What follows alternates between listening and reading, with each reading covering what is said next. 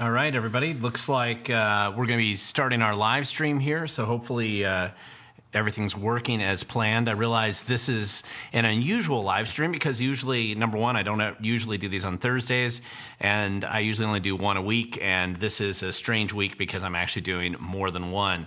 So hopefully you're able to see me without any problems here. I'm just making sure that the program is set up, and I think we're okay right now. But anyway, we're going to get right into the today's show.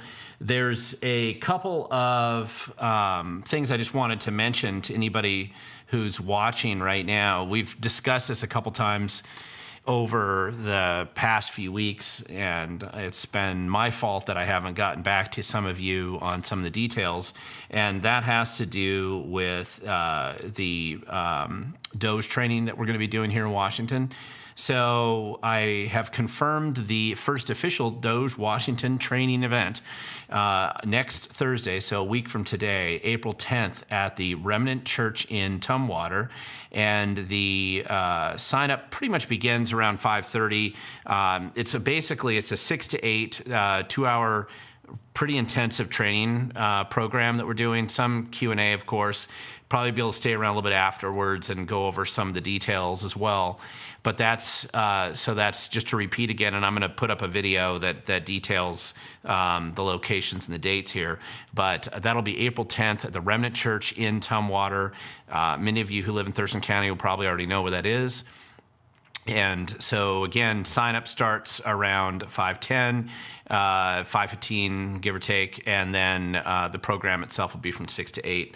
And I think what we're going to do on these, because we're making these pretty wide, open to the public. Usually I don't charge anything at these things, but I'll probably have a small nominal fee at the door. When I say that, I mean $15 or somewhere in that ballpark. And the reason for that mostly is so that I have some money that I can give to the church for letting us, I mean, they aren't charging us anything, but just so that we can donate to them for letting us use their facilities all evening. And also just so that I can kind of keep track of the people who are taking these classes, because we want to be able to follow up with you and to see what additional assistance you might need in the future to be more effective local Doge teams. And as we see people kind of get organized in certain areas, we want the ability to put you in touch with other people in your area who share like-minded interests or concerns. And as these teams kind of grow or separate teams start to form in some areas, we really just want people to have connections with each other so that they have the ability to reach out. And I just find if you have some kind of a small amount that you pay to come in and do the training, then that kind of opens the door for us to be able to stay in touch with you and for us to network with each other as we move forward. I have a tentative date, I believe, that I'm going to have up in Marysville, and I may be able to announce it even while I'm on the live stream here tonight, the following Thursday on April 17th. But I am waiting for that pastor to get back to me, so I don't want to commit him. He said verbally yes, but I need him to double check his calendar. And then on April 28th, so these are the next 3 Doge Washington training. It will be in Pierce County, and the location I should have up in my video as well. I'm still working on a training event in Spokane, Tri-Cities, Clark County, and less certainly I'm going to be doing one up in probably Bellingham and most likely out in on the peninsula, probably up in the Sequim or Port Angeles area. That's most likely, and in the Tri-Cities as well. So anyway, there's a number of these that we'll be doing over the next few months. In addition, just to give you a quick update on some of the speaking engagements coming up, if you're interested in attending any of those or just meeting me in person. April 12th, as I've mentioned earlier this week, April 12th coming up, I'll be speaking at the Kitsap Lincoln Day Dinner, so please make sure if you're there to come up and talk to me. May 17th, I will be the MC for the Pierce County Lincoln Day Dinner. June 7th, I will be speaking at the Ellensburg Lincoln Day Dinner, and June 9th, I'll be at the Silverdale Seabrook Women's Republican Club in the afternoon. And just as a little aside, because there's always a lot going on, I did file my second legislative ethics complaint for this month today against Senator Emily Alvarado. She's the senator out of the 34th Legislative District. It really has to do with her ethics violations in regards to House Bill 1217, which is the rent control bill that's coming up, if I remember right, in the Senate tomorrow. So anyway, I might do a video on that just to explain a little bit more, but I probably won't do that until next week. This ethics complaint is a little more similar to some of the ethics complaints I've done in the past when both former Senator Mona Das and current Senator Moncadingra were fined by the Legislative Ethics Board based on the complaints that I'd filed against both of them. So it's going to be very similar in structure to those. Basically just, typical misuse of public resources and illegally campaigning and just other things. Pretty normal behavior, unfortunately, in Olympia. But if you don't call them out on it, then nothing ever happens. So sometimes you just have to do that. So real quick, just to give you a quick overview, some of you have done this before. If you're new to the program, this is live right now. So if you are watching, you can make comments on the show. And just to give you a sense, this is what the comments will look like. As I'm trying to answer them, I will post them up on the screen so you can see what question I'm making my attempt to answer, or at least what question I'm theoretically answering at that given point in time. And I always kind of emphasize, if you do this at We the Governed down below, you can kind of see it looks a little bit more obvious right there. It's just easier for me to pick it out from, usually there's all kinds of questions or commentary that's coming through in the kind of comment area, and this is just an easy way for me to be able to spot your question as we move ahead. So that's just a real quick way of just making it a little bit easier when you post your questions. I'll try to answer your questions in the order in which you are actually able to, that you're actually posting the questions up there. Now, real quick, actually, I'm going to leave this next one up here because it is not a question, but I'll leave it up anyway. A little bit of self-promotion there. Always appreciate it, Mickey Martin, for encouraging people to hit the like and the share button and subscribe. If you are watching this video after it is live, meaning that it won't be Thursday night by the time you're watching this video, you can still put questions in the comment section down below. Generally, I try to stay on top of a lot of the comments that people leave either on the videos or even on the live streams here. And I do try to get back to you if you have a question that I can answer that way as well. But most people like these live streams for their ability to ask questions and interact with me as we're actually going along here. Now, the header for today's live stream was whether they're being triggered or whether they're in despair. And of course, I'm referring to the hardcore left in our state. It really translates up into the legislative kind of fiasco that's unfolding in Olympia today, and also in the city of Seattle and some other places where there's a lot of kind of craziness going on around the state. Again, we're in a fascinating, from just a political science perspective, a churn is clearly going on. Now, everybody's paying attention to what's going on at the federal level, whether it's tariffs or doge cutbacks at the federal level or whatever things are happening. That tends to be what people are kind of paying attention to right now. But there's also a lot of craziness going on at the state level. And as I have mentioned before, I still think my description that what the Washington State Senate and House has become this particular legislative cycle is mostly the political equivalent of a temper tantrum, where they are clearly into some kind of Trump derangement syndrome sort of response, and they're coming up, or have come up, with just the kind of the wildest eclectic proposal selection that we've really had in recent times. Fair enough that most of those bills have already died in the legislature, but we still have some really dumb ones that still exist. And it's kind of important to remember that there's a schism clearly forming on the dominant party in our state, which has been the Democrat Party and is right now. They control every single lever of power in Washington State, whether that's the judiciary, all executive offices and in both the Senate and the House. And they have controlled all of them before, but the particular flavor of the modern Democrat in Washington state seems to be particularly hard left and socialist, openly socialist, most of them.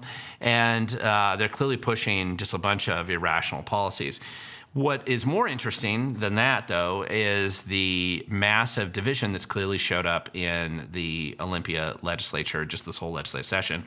The most obvious one is this fight between Governor Bob Ferguson, a couple months into his administration, and the best that I can describe it, the hard left of the Senate and the House. It's not because Bob Ferguson suddenly became a Republican yesterday, because he certainly didn't, but he is clearly, there's a lot of animosity right now between those two factions of the Democrat Party.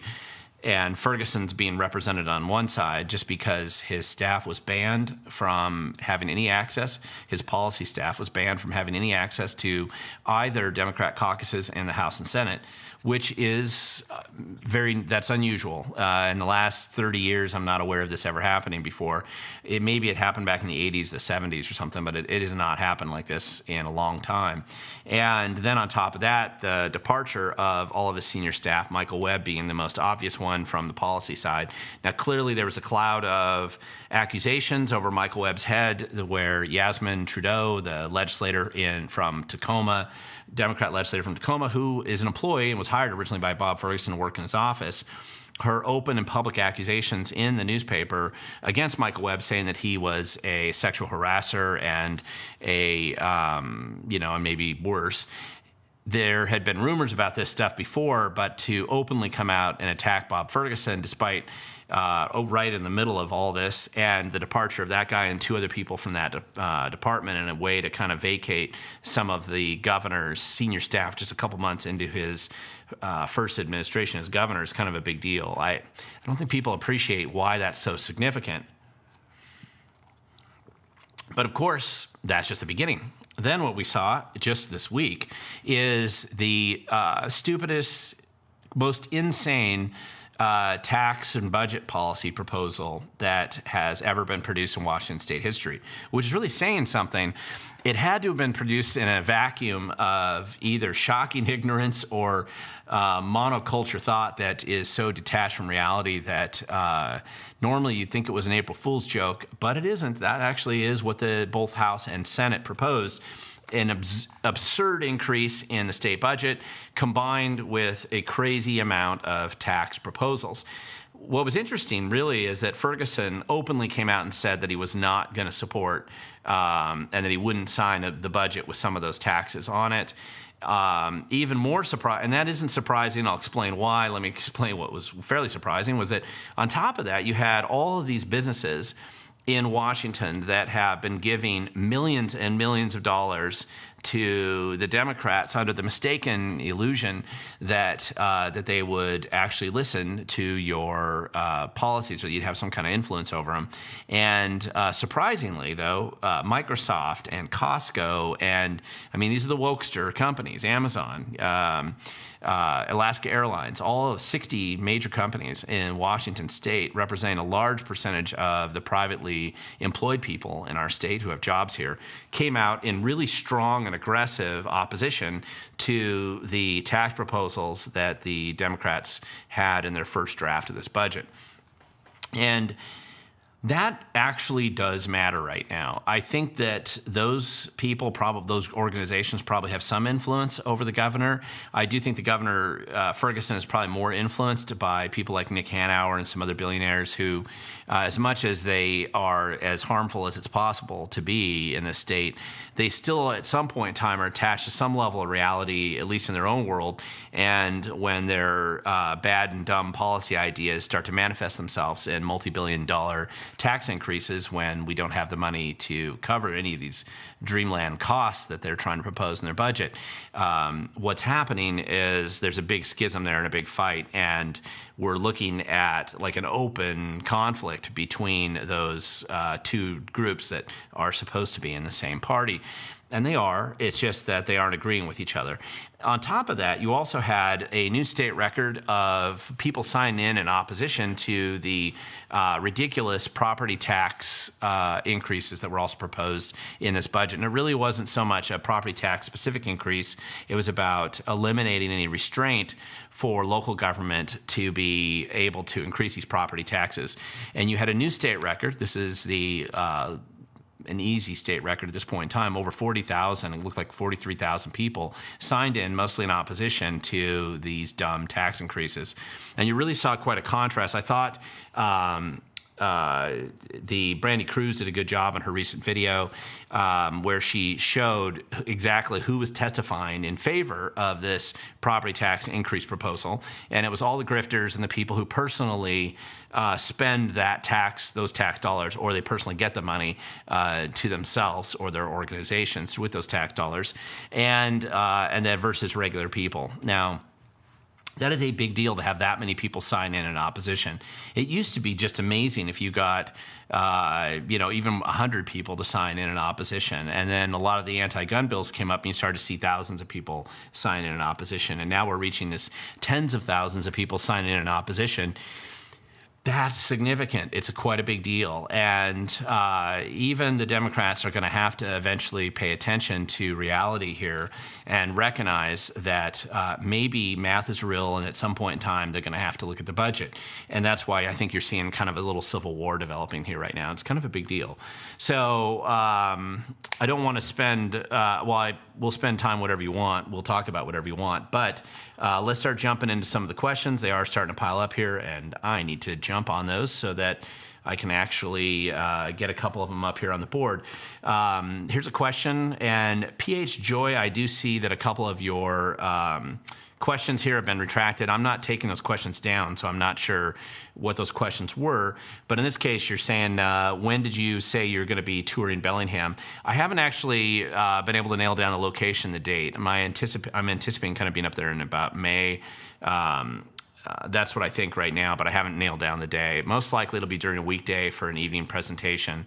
When I do these Doge training classes, a lot of times this is my initial training class to get people focused and some strategies on how to start digging into local government, or at the state level, or local versions of the feds, just where you can look to find the problems that exist and how to get there, basically.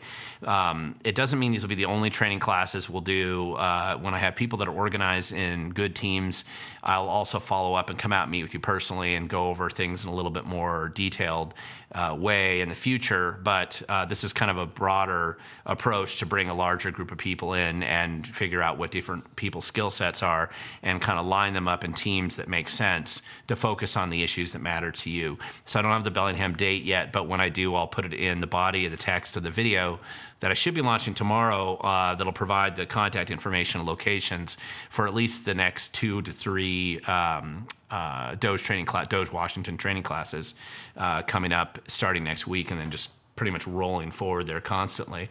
TZ Burton, Glenn, can you give an update on the federal district court in Eastern Washington? Is this seat filled or vacant?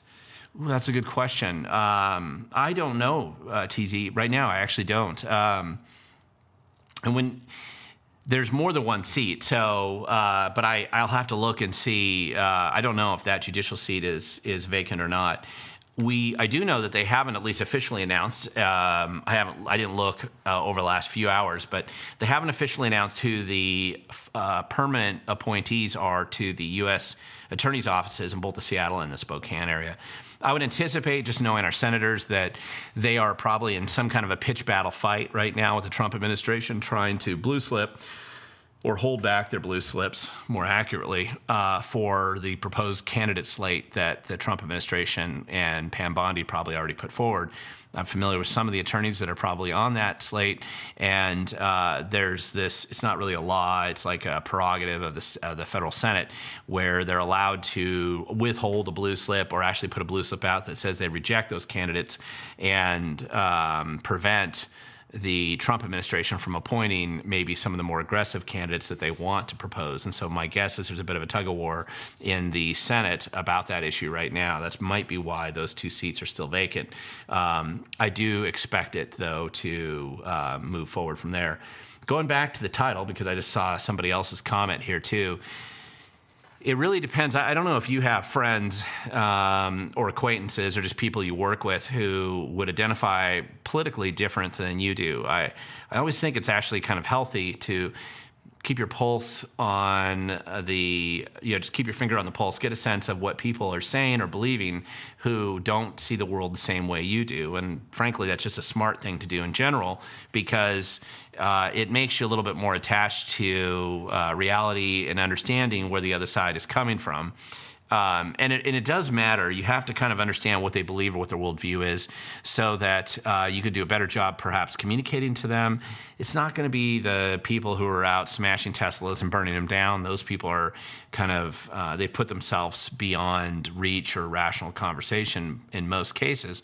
But there are a lot of people who are just kind of going with the flow, and culturally they've just been indoctrinated or kind of grown up in kind of this left-wing worldview. Maybe they went to Evergreen State College and it destroyed their life, or they went into some other place where that's been kind of who they are. Maybe that's just how they grew up in their family.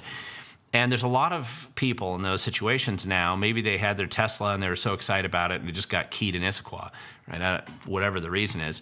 And they're starting to realize that they've probably been fed a lie and that they're in a difficult spot. Now, it doesn't mean that they suddenly love Trump, and I don't necessarily think that's true. It's just that they're starting to realize, maybe I don't want to support violent criminals. Maybe I actually don't want to pay all my money to stupid taxes only to see the money get wasted. Maybe it's not a good idea to let violent crime just go unchecked throughout the state. And maybe it's not a bad idea to have my girls protected from being beat up on by boys in their sports program. Whatever it is, everybody comes to their different opinions in different ways. And as those changes are going on, I think you need to be able to just have an open mind and be kind to people who are kind of losing their religion on the left right now and making this shift.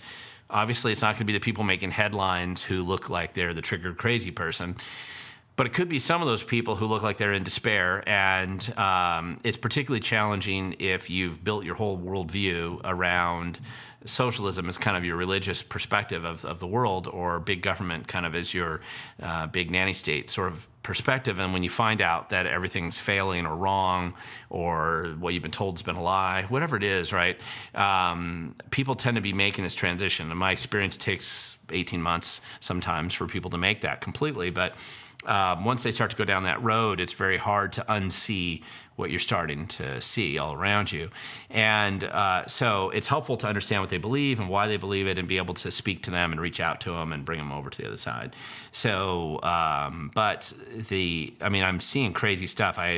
Somebody ran into me the other day who clearly doesn't believe the same thing I do politically, but she said she was desperately getting her passport because she was really concerned that she had a Hispanic-sounding last name and she didn't want to be accidentally deported, which didn't really make too much sense since she's a native-born American, and I don't know that having a Hispanic last name is that significant. But to her, she really thought that this mattered, right? And so you're going to have people who are going through this kind of hype drama situation right now, and they're good folk, or they can be good folk, and be able to talk to them a little bit. Don't try to convert them to completely believe something different. Just try to be able to reach out to them and talk to them about what their concerns are, and talk them off the ledge if they're standing on the edge of it. Let's see.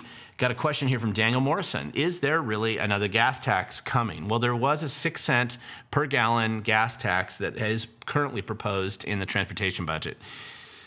So the one thing to remember, there's 3 different budgets essentially that are coming out of Olympia. And they they're broken into 3 categories. The biggest category is just the general fund. So this is this is where education funding comes out of, DSHS, Department of Ecology. Just almost all the money goes into this big bloated general fund. That's the majority of the money that actually comes out of the budget in Olympia. Huge portions of it are just a complete grift and a waste of cash, but that's where all the bloat, all the kickback schemes, everything, especially in that big old general fund budget. So most things come out of there. And so most of the tax proposals that you might see, or some of the ones that died, right, they aren't going to pass. But things like the taxing cow flatulence or other dumb ideas, that's where the money kind of flows into that kind of whirlpool of tax dollars just getting sucked away and squandered. And that's your biggest budget part. That's where most of the behind-the-scenes backstabbing and drama is going on, because that's the biggest pile of cash to fight over. Then you have the transportation budget, and it's totally distinct and separate, because the federal government, in theory, kicks in federal gas tax money into the state transportation budget. And that's not the majority of the money, but it's a big chunk of it. And then the majority of the money is what they already collect from gas taxes right now. And we have a very high gas tax in our state. It is not the CCA funds, which is the Climate Commitment Act, complete scam. I mean, every penny in that thing is squandered. But that is something that's a behind-the-scenes scam that they run to force the oil companies to kick money into that, and the oil companies pass that cost increase on to the consumer.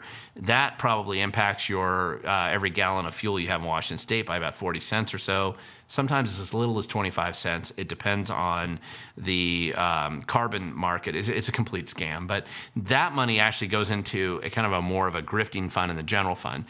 The actual gas tax money, in theory, that's the money that gets used to build roads. But of course we know, if you paid any attention to our transportation budget, you know that a decent percentage of that money is squandered and wasted before it ever helps put a single mile of pavement or fixes a bridge or does any other improvement.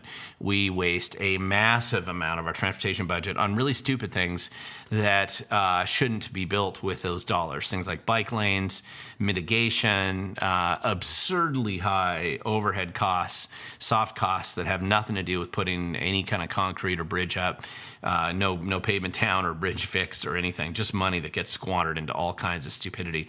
And of course, when you're inefficient, incompetent, and basically you have a lot of experience squandering money and you found new ways to squander them all the time, the truth is the world's not big enough to handle, you'll never be able to bring enough money in to get anything done. And at this point in time, they want to raise a little bit more money. It's not a little bit. 6 cents a gallon is a pretty big deal. But remember, pretty much every time they've ever proposed a 5-cent increase or a 3-cent increase or whatever it's been over the years, whatever they promised us, it's always been a lie. It's always a lie. They just kick the can down the road. They use it to immediately go into debt. It doesn't mean that they don't do some projects that we need. The expansion of the I-90 bridge has been needed for a long time. The JBLM expansion on I-5, the 167 expansion, right? Some of the stuff they've had to do, the 405 expansion up through Newcastle. These are necessary projects. They've been necessary for decades. They've been necessary since I was in middle school, and they've done their best to delay, and they finally are doing some of these projects, and then they promote them as like, okay, see, here we finally got to this. Meanwhile, we have dozens and dozens of bridges in Washington State that genuinely need to be overhauled, and our Department of Transportation is just finding all kinds, like the C-Tran scam bridge that they're trying to pull TriMet out of Portland and bringing it into Washington, so that Washington State taxpayers can start to absorb the fiscal disaster that TriMet's become, which is the light rail program in Portland. And that's why the bridge is such a bloated fiasco of expense and a waste of money, and it doesn't even improve congestion at all. It's simply an excuse to suck in light rail so that Washington State taxpayers can be put on the hook for it, which there's a good reason why there's a lot of people resisting the C-Tran scam in Clark County. It'll affect us all, but that's just an example of taking relatively obvious things that probably need to be done, and instead turning them into a fiasco. I would pay attention to the bridge that's going from not Hoodsport, but the bridge is further down the Columbia. That's another one where the bridge expense went from $300 million to $1.2 billion to 1.7, and it just keeps escalating in cost, and you're not getting a single significant improvement out of it. I mean, you need a new bridge perhaps, but putting bike lanes on both sides isn't worth a couple $1 billion.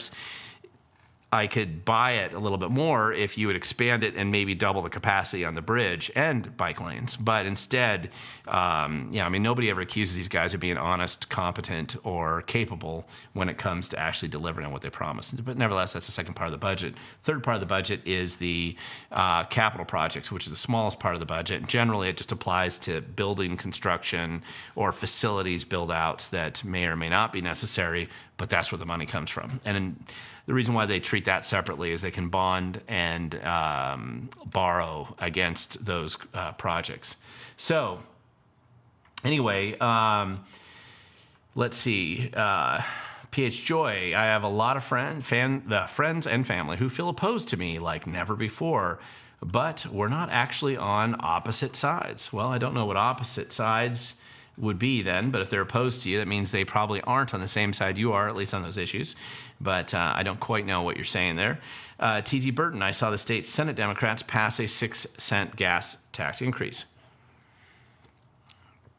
Republicans proposed a 7% increase in spending overall, in contrast to whatever the current increase proposal that the Democrats have proposed. Has anyone proposed any cuts in spending? Yeah, they do. They propose cuts, but the Democrats, in fact, decided that they wanted to fight against, in fact, they're fighting against Ferguson so that they don't put more money into law enforcement. So Ferguson had made a campaign promise, one that he probably didn't really care about before, but he knew it sounded good, so he claimed he was going to give $100 million to law enforcement to help push back against the explosion of violent crime or crime in general in Washington state, and to demonstrate that he's not the defund the police guy that he was when he was Attorney General. The problem is, of course, that the Democrats don't want to put any money into law enforcement of any kind, so they've been in opposition to that. That's another point of opposition between the governor and the Democrats in the House and Senate. The other thing, though, is that the Democrats have decided to prioritize shutting down things like mental health, facilities for disabled kids. I saw that the Democrats have decided to shut those down. We've always had this weird, at least for the last 15 years when I've really been paying attention to the state budget, the Democrats have always been against things like Western State Hospital.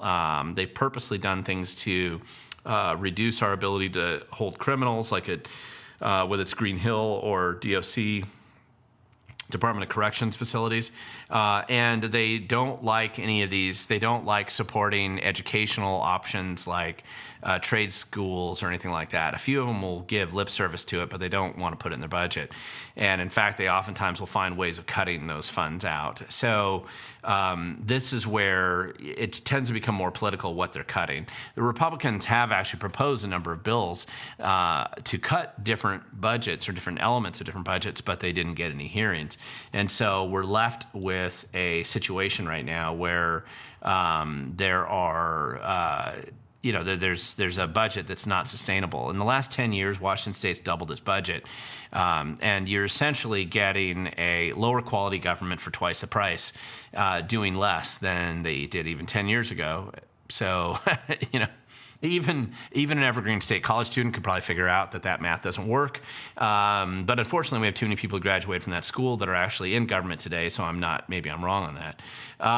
It's a chaotic situation. I do not know what this final budget is going to look like.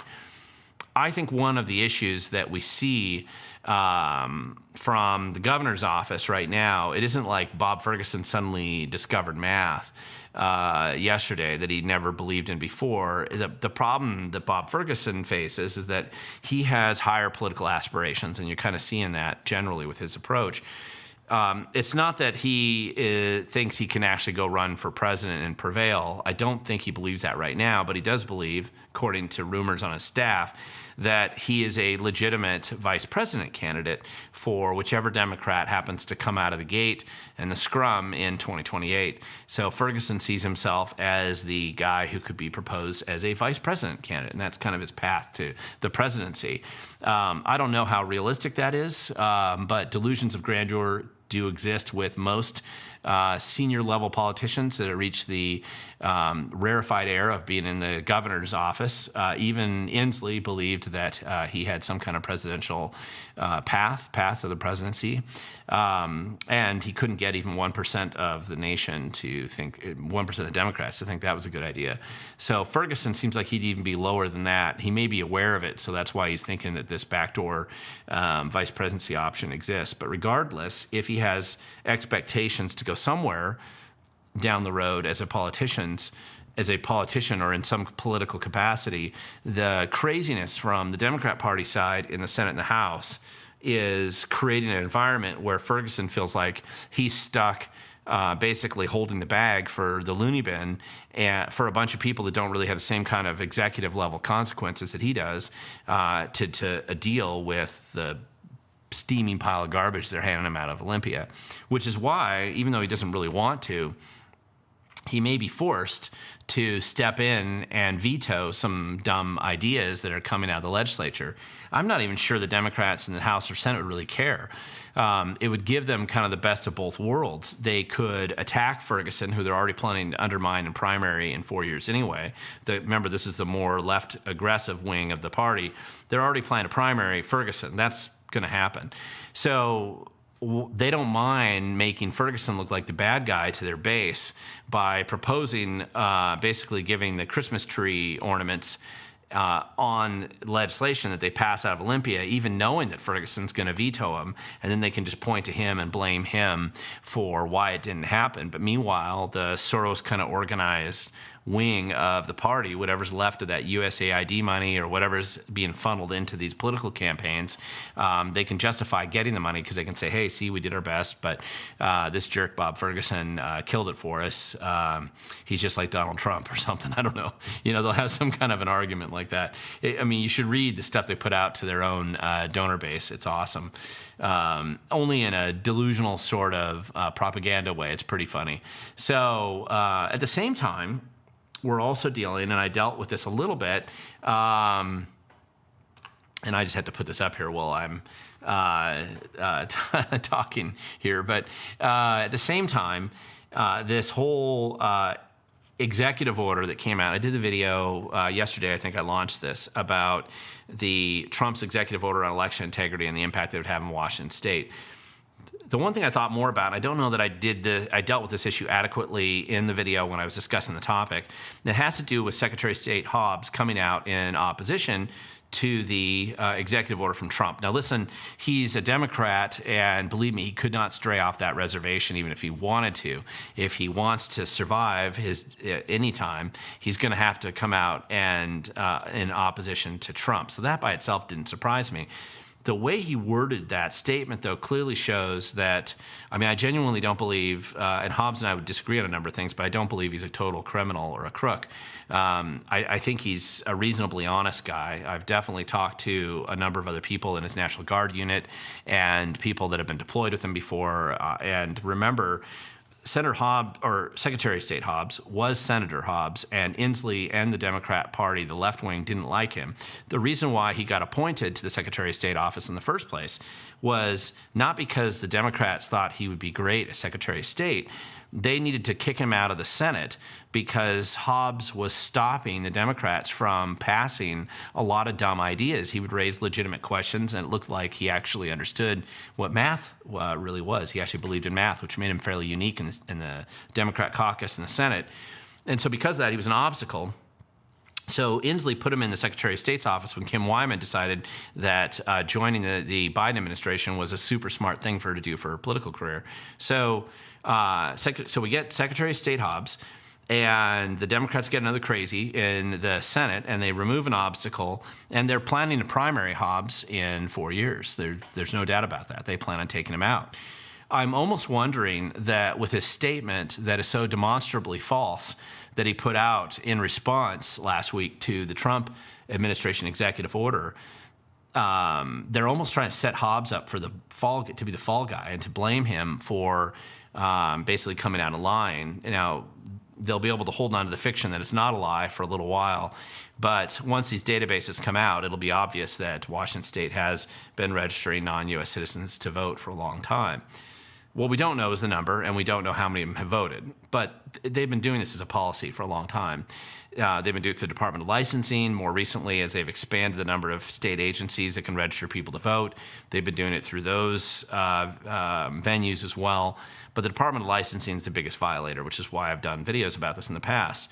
Every single senior level employee that works for the Secretary of State knows this. They know it's true. Everybody that works for the Department of Licensing knows it. They know it's true. And so they know that they're registering these non-U.S. citizens. So in June, when that executive order timeline kind of finishes up, and the Department of Homeland Security, although they could do it sooner, comes out with their list and says, hey, look, we've got, X, tens of thousands, maybe 100,000 or more people on legal visas who are all registered to vote. We've got all these non-U.S. citizens that have been registered to vote. And of them, this percentage actually voted, or this number actually voted in elections. Then what will happen is the Secretary of State will blame the county auditors and say that it's their fault, or he'll blame the Department of Licensing.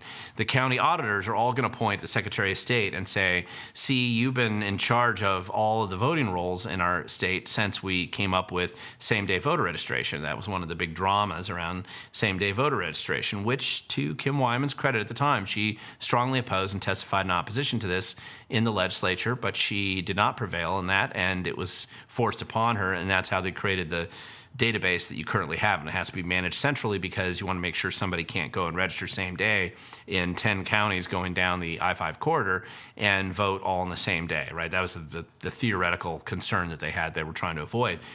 So the Secretary of State does manage that database. So the auditors are going to blame them and say, no, it's the Secretary of State's fault. It's not our fault. They're also going to blame the Department of Licensing because the Department of Licensing or whatever other state agency has been randomly registering random people all over this place. It's just going to be a big mess, and everybody's going to blame each other. The bureaucratic blame game is already going to go on, and they're all going to say that they're lily-white innocent and it's everybody else's fault. That being said, since we can predict that's exactly what's going to happen, at the end of the day, when there is a fall guy, it's going to be Secretary of State Hobbs, and the Democrats will not be protecting him. And I almost feel like they're trying to set him up right now for this because he's being put out there with this public response that's going to be demonstrably untrue, and everybody involved who's at any level of knowledge in this issue knows that he lied in that statement. So I almost feel like they're setting him up, and he just doesn't do his due diligence. He's just believing whatever narrative he's told to repeat.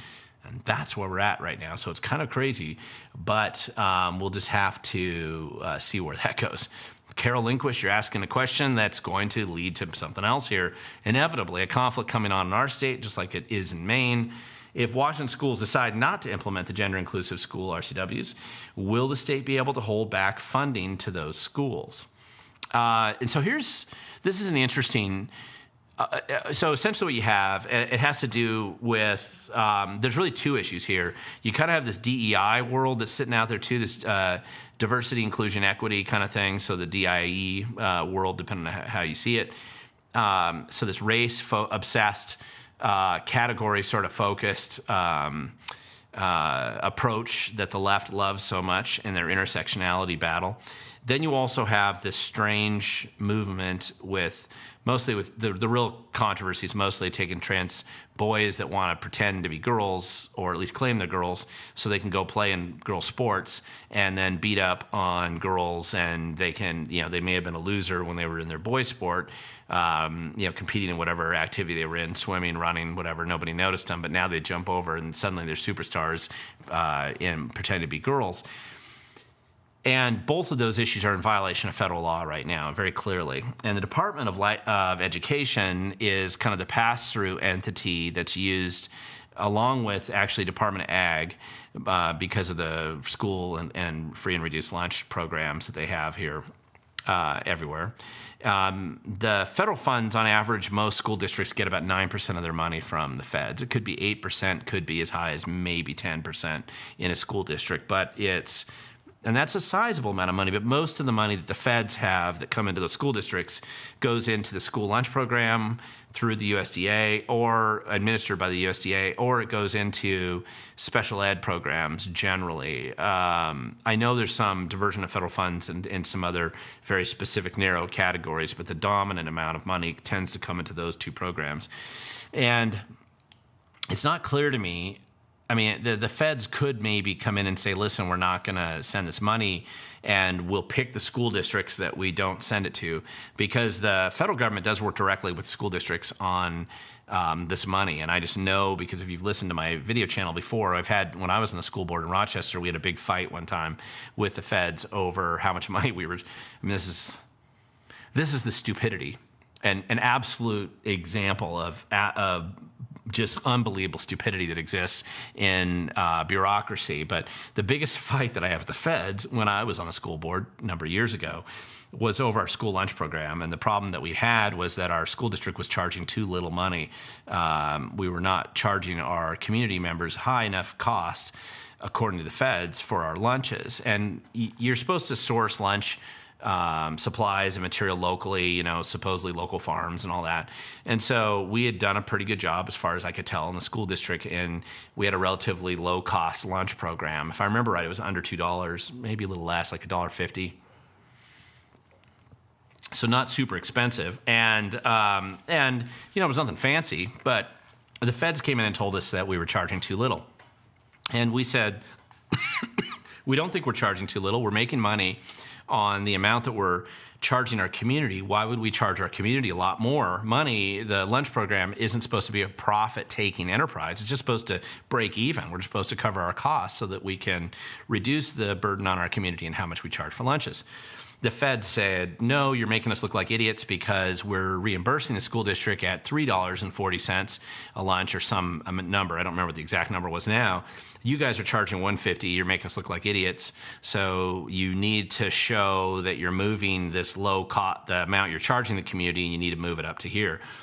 And so I remember, as we were going through this debate and they said they were going to pull the federal funds from us, we said, well, and it was about $250,000, something like that is what I remember. And it's not going to kill the whole school district, but it's an impact on the budget, and you're trying to avoid it. So I remember saying, well, why don't we just show, we'll just need to show movement, right? We're not going to jump up to your absurdly overpriced value that you're placing on the lunches, but why don't we just show movement? And they said, sure, if you're just showing movement, they'll accept that as a recognition that you're charging too little and you're moving it up. And I said, fine, why don't we increase the cost of lunches in our community by 1 penny a year?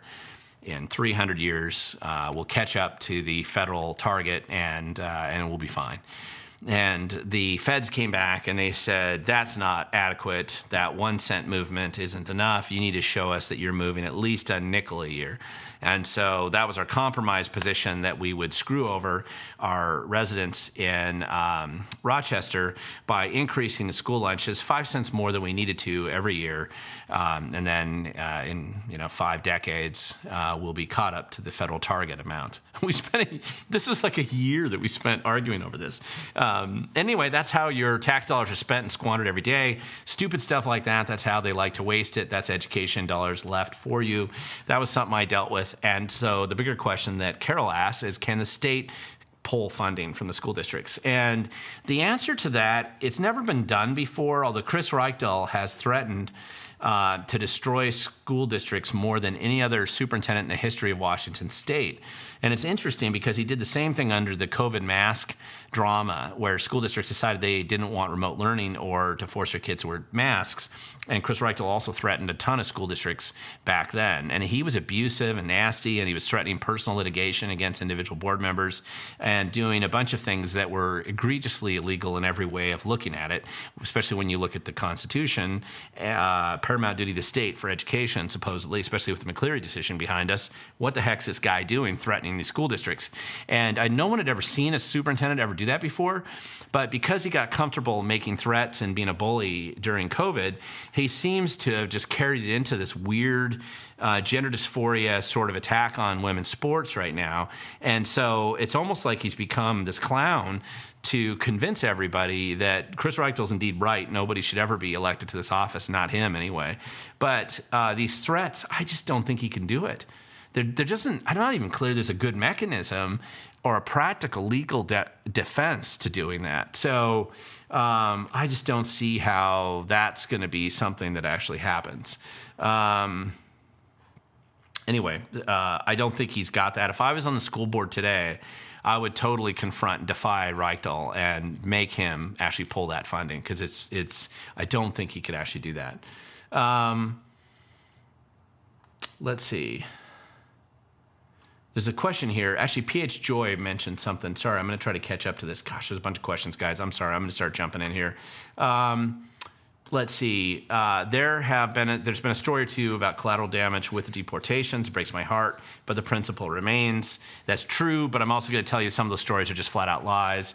That story about the father of two out of Maryland definitely seems to have been a lie, at least the way that the media, or dishonestly presented by the media.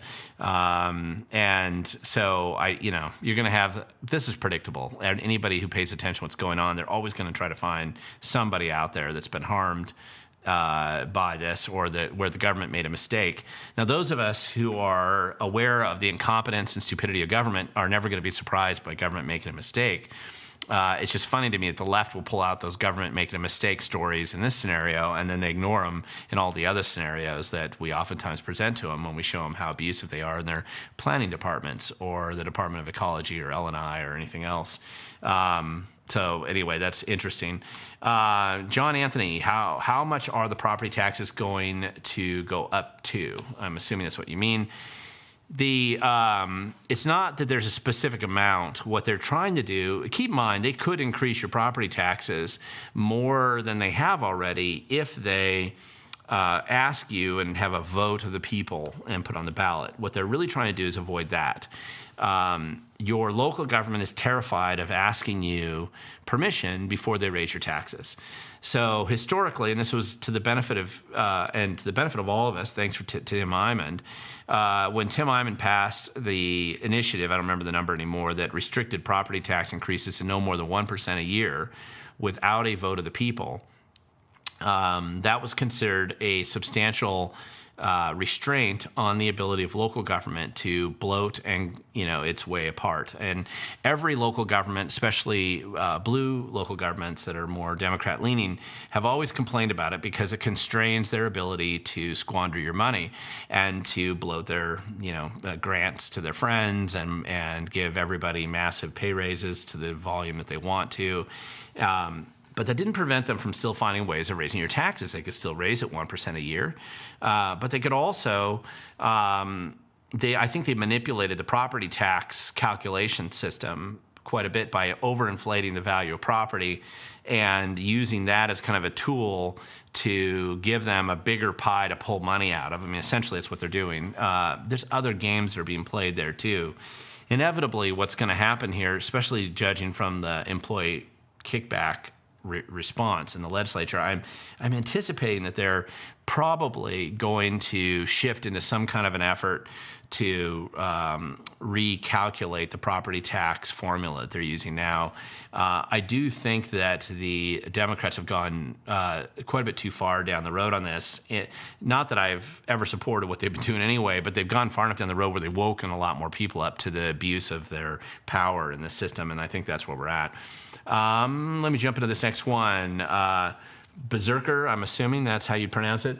Is it possible to have a nationwide law to require voter ID? And the answer to that is yes. And I've done a video on this in case you're wondering, but there's a long history, whether you like it or not, for the past about 160 years, where the feds have frequently intervened to impose some kind of federal standards on elections. And the legal justification for most of this has typically been, and I know I'm simplifying it. If there's an attorney watching this, we can get into a lot more detail, but I'm trying to simplify this just to be focused on it. But mainly it's about fairness. One state can't have such a radical different definition of what constitutes voting in that state that they have the ability to dilute the vote in the state next door because this state follows the rules and state B is going to just violate them. So I don't get the right in Washington state to vote 10 times and have Oregon only vote once, because that would be an obvious dilution of the overall franchise of voting. And so the feds have frequently intervened. Now, the way they'd historically intervened was mostly against Democrat states in the South post-Civil War, because the Democrats were trying to find ways of preventing freed slaves and Republicans from voting. And so they were coming up with poll tax schemes, all kinds, Jim Crow laws, all kinds of restrictions and games that they would play to control the voting outcome. And so most of the federal election reform from about the 1860s all the way up through the 1930s or so, or even into the 40s, most of that was focused on trying to address that issue. And then, of course, they kind of came back and had to readdress it again in the 60s with the Voting Rights Act, the Civil Rights Voting Rights Act. And again, that was federal law that directly was targeting elections. And around that same time is when they also passed the constitutional amendment to eliminate poll taxes. Then you shift into the 1993 laws that came out federally around motor voter, which are probably producing bad results, and they weren't good, but nevertheless, it was federal election interference, for lack of a better term. They did the same thing in 2002 with some of the changes they made. If you remember the Bush v. Gore fiasco out of Florida. So they passed some laws then. So federal election law that controls state elections or state election processes for federal elections have been going on for over 150 years. A little longer than that, I guess. 100 again. I have to go back to some of the, because there's some arguments that some of the 1820 laws were also directly related to this. So the feds have been involved in elections for a long time. What's generated most of the attention now is going to be the non-U.S. citizens vote, register to vote and to vote. The garbage elections where they have bloated voter rolls. This was what the Department of Justice used to litigate on in Missouri, Mississippi, and these other states where the southern states that were still trying to hold on to Jim Crow would overinflate the voter rolls, so they had 3 times as many people on the voter rolls as who actually lived there. And so there was it obviously opened the door to mischief, and that was why the DOJ used to prosecute those cases, as they did for many decades. And essentially, we're opening up the door to the same type of litigation and federal involvement in elections for pretty much the same reason. Crufty, diluted voter rolls or policies that manipulate and give one state the ability to negate the equivalent one person, one vote sort of opportunity for the next door neighbor. Related to that, I think, and the feds are going to probably get more involved in this, is going to be the unequal representation, problems with how the census data might have been manipulated to overinflate the population numbers in some blue states versus some red states. There's been controversies about that now going on a couple decades. It's all kind of tied in together, but I think we're going to be dealing with some of these issues for a long time. And I think that they have a lot of history in getting this law. Now, the question is, would they get congressional support by both the feds in the House and Senate? And that I don't know, and that I can't predict either. So, but we'll see. PH Joy, wish I knew what I could do to hold to account any kind of collateral damage regarding the zero tolerance immigration enforcement. Any ideas at We the Governed, if I get receipts, what to do for them? I don't know what you're talking about exactly there, to be honest with you. PH Joy, I'm not sure what you are referencing specifically, but obviously if you have receipts, make it public, whatever it is you know about. Let's find out.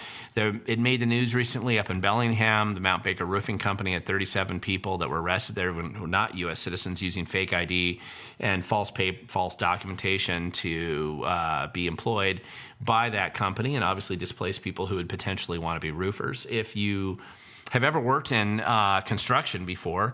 And when I was in college, that's what I would do in the summers, build cabinets, drive trucks. I did a lot of different types of jobs like that. And kind of growing up rurally where we did a lot of our own building work, that was very comfortable to me. And even later when I was out of college and I'd be out of work in between startup companies, I used to do remodeling work. And if you talk to people in those businesses, especially construction, you'll know that there's plenty of people who want to do that work, but there was a big influx of non-U.S. citizens taking some of those jobs. And that's displacement that occurs when you do that, opens up those industries to problems when somebody actually starts enforcing the law and those people get kicked out. And if they were using fake social security numbers or, doing dishonest things like that, then they will be deported. And that's probably not good for anybody. Willow Tree, I was wondering about our state, county, and city auditors. Could they be encouraged to audit what's going on and why they need so much of our money? So here's the challenge you're going to have. The state auditor has zero interest at all in diverging from whatever party narrative she's told to give. There's no level of corruption that she cannot look the other way and miss. So you're never going to get it from the state auditor currently in our state, Auditor McCarthy. There aren't really official city auditors elected per se in cities. Counties do have county auditors, so you have 39 of those. But most of them, if you look at the way they've interpreted the statutory regulations about what they can audit, short of somebody coming out and flat out openly stealing money, they will not really audit anything in the traditional sense of that term. In fact, that word is really dishonest to be used in that position because they audit very little. I'm not really sure that they do much of any auditing. Most fraud that occurs and is going on right now in our state, it's happening in spite of these auditors being there, and they've been given a free pass every single time, no matter what. So anyway, I'm just going to point that out because expecting them to come and save you is probably not honest. You will have a couple county auditors that are pretty good around the state that do a better job than most, and they'll push the boundary on what they can actually look at, and that's good. More of them that did that, the better. We just don't have very many people like that. Just to give you some confirmation, it looks like, unless they kick us out, we will be on that Pierce County Doge Washington training. That will actually be registration starting at 6, and the program will begin at 6:30, and we'll be meeting at Lowry Wyatt Hall, room 101 in Tacoma. You don't have to memorize this. That'll be at UPS. Hopefully, we'll be able, it sits 50, maybe we can squeeze 75 in that room. So that won't be the biggest training session that we have, but that's coming up. That'll be a Monday, the 28th. I'll put that in the video description down below. Not here. It'll be on my video about Washington Doge training that'll be coming out probably tomorrow. Let's see. With regards to, this is Tompalach, with regards to the Trump executive order on elections, do you foresee the end of mail-in voting here and a return to election day voting precinct sites? I do see ultimately an end to mail-in voting the way we do it now. The executive order that came out last Tuesday on the 25th is not the executive order that ends it. That executive order really just starts to deal mostly with the non-U.S. citizens that are registered to vote and exposing the ones who have voted, most likely. Again, we don't know how many, and we won't until that information comes out. And I've tried to get this information before. So we've not been able to get that information in the past because the feds wouldn't give us access. This was even illegal. Foreign citizens that are here on H-1B visas or J visas, or I should say student visas, yeah, mostly. And they would never give us, even under the first Trump administration, they wouldn't make that information public. So we had no way of doing any cross-reference on how many non-U.S. citizens were registered to vote. But remember, this is a well-known problem 20 years ago. People were exposing it by looking at the jury voter pool data. So when you get on the jury, the only reason you can be picked for a jury, all 39 counties do this for Superior Court cases, and they use the voter rolls, and they select people to be in the jury pool. Many of you have probably gotten those notices before. Well, a perfect reason to get out of the jury and to get off the jury is to say, listen, I'm not a U.S. citizen, so I shouldn't be here.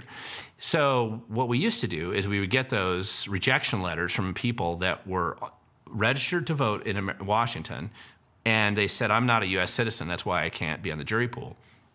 And we were submitting that and making it public and saying, hey, here's examples of a bunch of non-U.S. citizens that are registered to vote. What the Democrats did then is they were angry about that, so they decided to go back in and change Washington State's Public Records Act, which is RCW 4256, and they decided to make it so that that was no longer a record that you could request legally using the Public Records Act.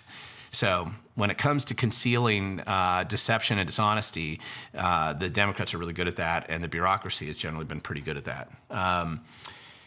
Valerie Irvin, what do you make of this DEI, $100 million funding, DEI, $100 million funding for law enforcement in Washington State? Listen to the sheriff of Pierce County, and he has important info of what this involves.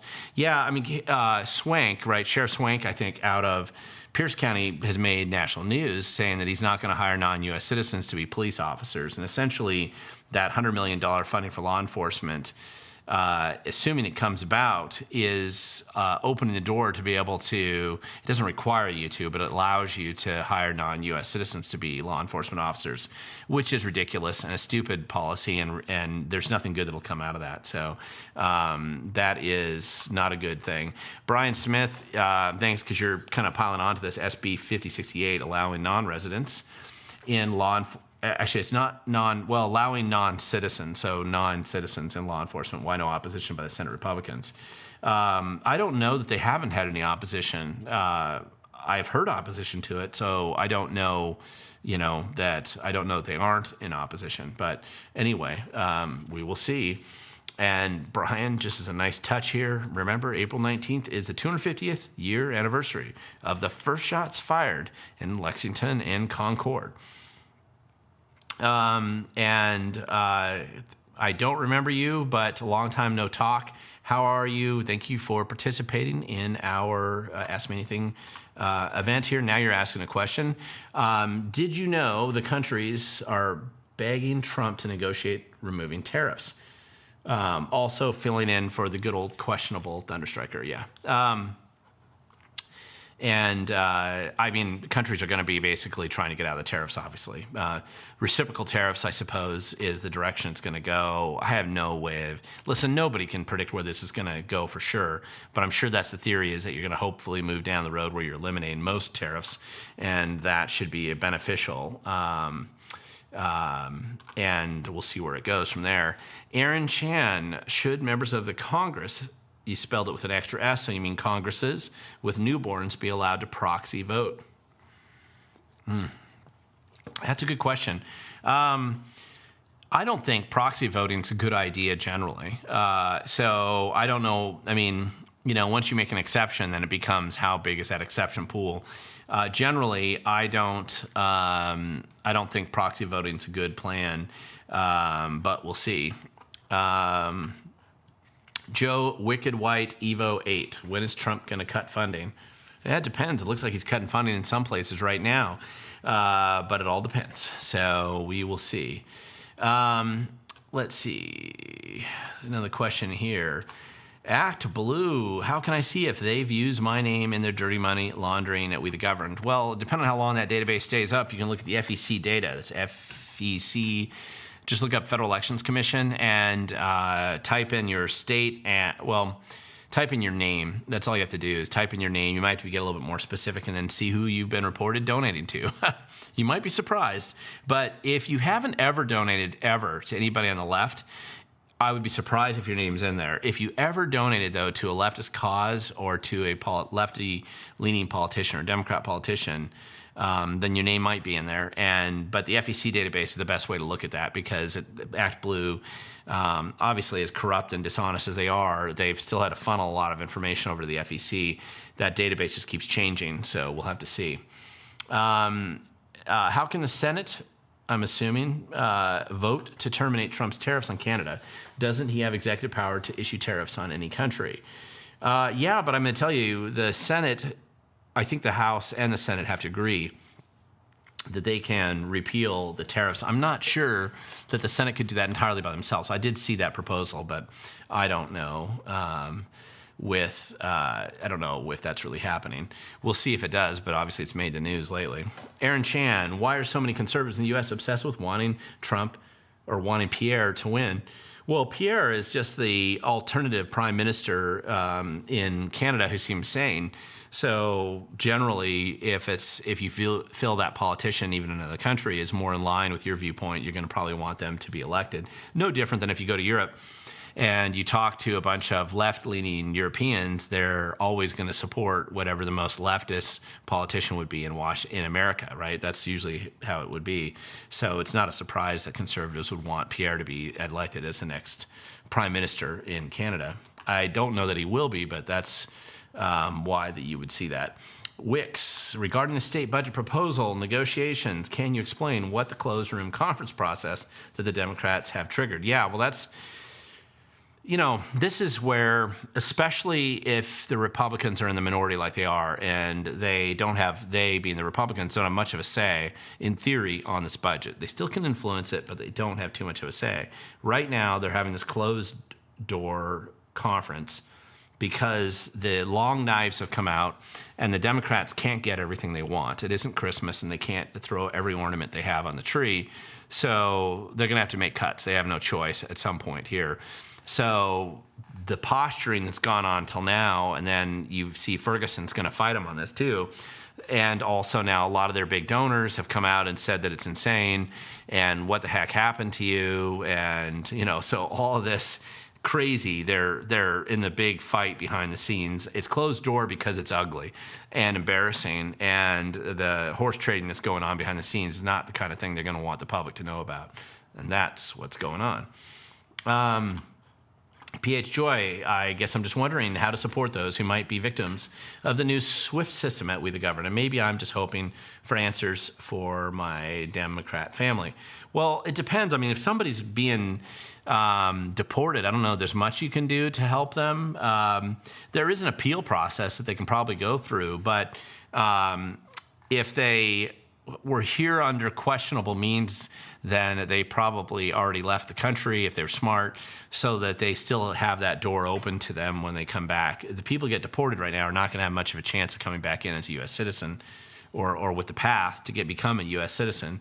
And remember, I do think that we're going to have legal immigration in this country. We just can't have out of control, totally unregulated, insane, and out of control illegal immigration, which is what we've been having, especially in the last 4 years.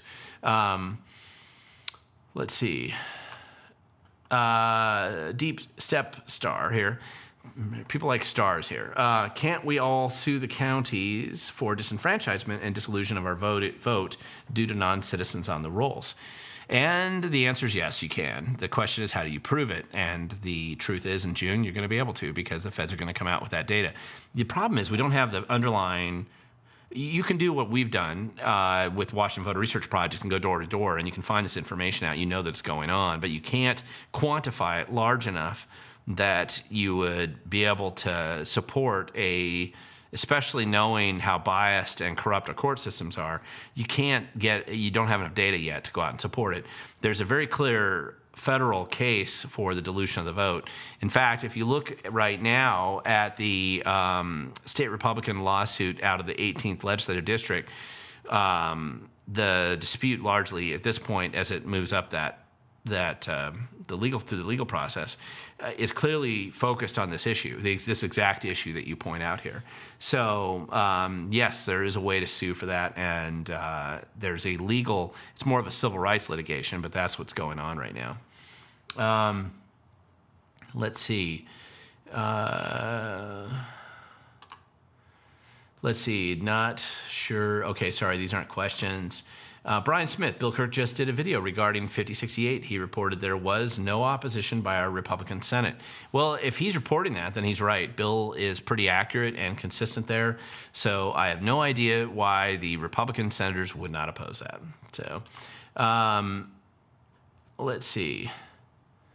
And yes, your PH Joy, you're talking about people leaving the country. If they're not here legally, it's the best bet, so you don't have to be deported. What's that silhouette in the background? Can you tell me what it is, please? That is Washington State and the Capitol building on it as well. It's a light up here that actually shines on the back of the studio. You can kind of see it better, so I kind of went to the widescreen camera. But that's the image that you see behind me. It's not a green screen. It's actually just a projection. 5 ton. Can you talk about the light rail budget? It started at $92 billion, and it's grown over $142 billion. When will the racket stop? Well, when somebody just starts pulling the funding. Listen, light rail is a loser. It has been from the beginning, but it's a great grift. It's an awesome way to steal a ton of money. There's a lot of people make a bunch of money, especially around the transit-oriented development projects and the eminent domain seizure of those properties or purchase of those properties along the way. And the kickback schemes that exist with the transit-oriented development, where people will come in and buy the land and technically provide affordable housing, but if you look at those contracts, they're only for like 10 years or something, and then they can turn around, flip it, make a few $100 million. It's a complete scam. Everything about light rail has been a scam. Everything about light rail has been a lie. Every budget they propose has been wrong. Everything about it's a disaster. It's so big that nobody's really able to get their head wrapped around just how corrupt and dishonest it is. But eventually, as Margaret Thatcher said, you do eventually run out of other people's money. So they are running out of money right now. This is a good question, actually. And this is from Blue Star. Another national question here. Do you think Trump needs to deliver the economy before the midterms? The answer to that is yes, probably so. It'd be very difficult for him to, to prevail. I think with the midterm elections, if the economy is going terribly, it really depends generally. I don't know how much the average person, other than their 401k and their retirement, I don't know how much they're directly affected by the stock market's ups and downs. But we'll see what happens. Generally, they're going to have some obvious progress being defined by Trump. I mean, if you saw during the Reagan administration, they had this really tough time when Reagan was really having to grind away. At the time, it was actually harsher in a way because they were raising interest rates up to almost, just in astronomical levels to get control of the dollar and inflation and a bunch of other things. And it was very painful in the country. But eventually it turned around enough that Reagan was elected in a complete landslide in 84. But I do believe that he actually lost some seats in 82, if I'm remembering correctly. I was just a kid at the time. But anyway, we'll have to see where that goes. Here's a good question. Don Courtney, how long do you think it will take to start seeing results of the Act Blue investigation? Will it make a difference in the 2025 city council and school board elections? Good question. And I don't, I would anticipate that the Act Blue investigations, first of all, the original initiation by the Attorney General out of Texas originally started in late 2023, but they were essentially stonewalled. And even though he was joined by 4 other Attorney Generals, by the time the October decision of last year, where Act Blue kind of started coming around, I think they saw the writing on the wall and they decided, hey, we can't hide all this stuff anymore. And then Trump got elected, and then suddenly Act Blue knew the gig was up. So all their senior staff bail out, all their attorneys leave. I'm not sure how wide open those doors are right now, but since the Treasury Department was brought in last month to start digging into the finances behind this whole thing, I think that we aren't so far away. I don't know. It'll be a huge bombshell, though, with whatever it is that comes out. And it'll probably have an impact on the 2025 elections, but it really depends on how to, in local elections, you can raise money without Act Blue, but Act Blue is kind of collapsing right now, so you have to replace it with something else. I think it'll have an impact. It just isn't going to have as much of an impact as you're going to see in the midterm elections, which is where I think we'll see the first big impact there. All right, guys, so I'm going to start wrapping this up a little bit. About 210 of you are online right now. It looks like a little over 1,000 people jumped on at some point in time this live stream. I'm always impressed how many people like to get on these live streams. And it always surprises me how many of you are actually willing to watch and ask questions and jump in and do all that. Just as a quick reminder, again, here, my next Doge training classes, April 10th in Tumwater, April 17th. Let me just double check because I had another person was going to get back to me to confirm, and I would tell you where that is exactly right now. Okay, it looks like the 17th is going to work. I'll be at the Reset Church in Marysville. So if you know where that is, I'll post it up in the video that I launched tomorrow about the Doge training classes. And April 28th at Puget Sound University if they don't kick us out. So that's at least 3 different training sessions that are coming up right now. And again, April 12th, I'll be at the Kitsap Lincoln Day Dinner. Next week, again, I'm sorry to keep throwing people off here, but I'll be doing my live stream next week on Wednesday and not Tuesday, and it has less to do with my schedule in that case than it does with my video guys and my access actually here to the studio. So next week, I'll be doing a live stream on Wednesday. So sorry to keep moving around. I anticipate getting back to Tuesday at some point in time, the way I've normally been doing it. But beggars can't be choosers, and I have a awesome supporter letting me use the studio space and some of his employees and helping me do this program. So I do have to work around their schedule a little bit, at least until I have my own studio up. So I would anticipate seeing many of you next week. Let me know what you think on doing this double live stream in 1 week. I only have historically been doing just one a week, and I don't know if this is providing as much value as people might want. I've had a number of people approach me in public all over Washington State. I do travel around a bit, Renton and Tumwater just earlier this week, where people came up to me and said they like these live streams, and so I appreciate that. Thank you for doing that. Feel free to come up and say hi to me wherever I am in public. And always appreciate that. And I'll try to do a video about this ethics complaint that I just filed against Senator Alvarado earlier today. I think it's important just to keep people aware of what's actually going on out there. And with that, look for the video about Washington Doge training. I think I'll be able to get that up tomorrow. And I hope all's all well out there, and just keep fighting, paying attention. Listen, there's a lot of chaos out there. Don't be discouraged. Be willing to engage. If you don't want to do anything else, just show up in my Doge training classes. They'll be pretty inexpensive. I'm probably going to charge something like 10 to 15 bucks to get into them. It'll probably be about 15 because I want to be able to throw some money at the churches that are typically hosting us. And come on in, get some training, meet some other people in the community that care about the same things you do, and just be willing to get out there and engage. If you like I always say, future belongs to those who show up, and you can't just presume somebody else is coming to save you. So with that, guys, I am going to close this out for this evening. I want to find out. My son just ran a 2-mile at a track meet, and he was pretty happy with his mile time. I spoke to him just a few minutes before the show, and I want to hear how he did in his 2-mile as well. So I'm kind of excited about that, and hope all's well. And just keep the faith, keep pushing hard out there, and you remember being willing to open up and reach out to those people who are probably, if they're not triggered, they're in despair, and maybe you can be that person to help bring them out of their despair and bring them over to the side of freedom and liberty and trying to fix what's broken in our country. So hope all's well, guys. We'll see you next week, Wednesday night.